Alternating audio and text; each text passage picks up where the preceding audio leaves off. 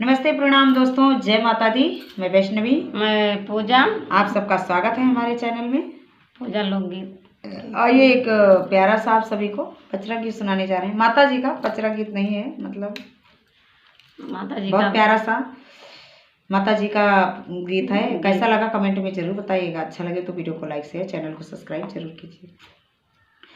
9 दिन के भूखल प्यासल दर्शन को प्यासी माई शेरों वाली, माई शेरों वाली।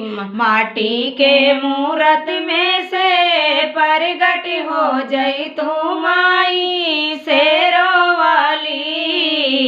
माटी के मूरत में से प्रगट हो जाई तू माई शेरों वाली। कहा तू तो मैया मोरी बेंदिया मगौती माई शेरों वाली।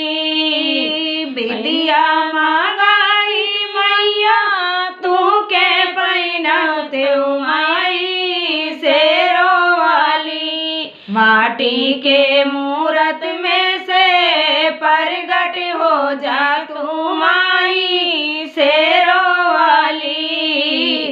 माटी के मूरत में से प्रगट हो जाई तू माई शेरों वाली।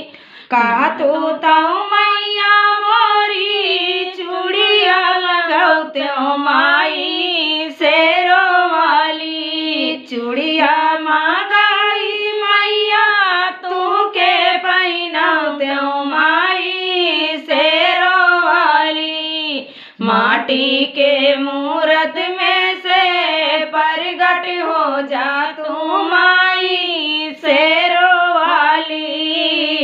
माटी के मूरत में से प्रगट हो जाई तू माई शेरों वाली। कहा तू तो मैया मोरी चुनरी मगौते मैया शेरों वाली। कहा तू तो माई मोरी चुनरी मगौते मैया शेरों वाली। चुंदरी मगाई मैया तू के ओढ़ौते माई शेरों वाली। माटी के मूरत में से प्रगट हो जा तू माई शेरों वाली। माटी के मूरत में से प्रगट हो जाई तू माई शेरों वाली। कहा तू तो मैया मोरी भेलुआ लायौते मैया शेरों वाली। कहा तू तो मैया मोरी पुड़िया बनौते मैया शेरों वाली।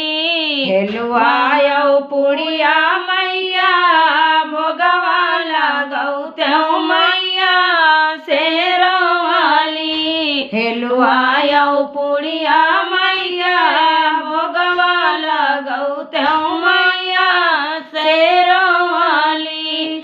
9 दिन के भूखल प्यासल दर्शन को प्यासी माई शेरों वाली। माटी के मूरत में से प्रगट हो जाई तू माई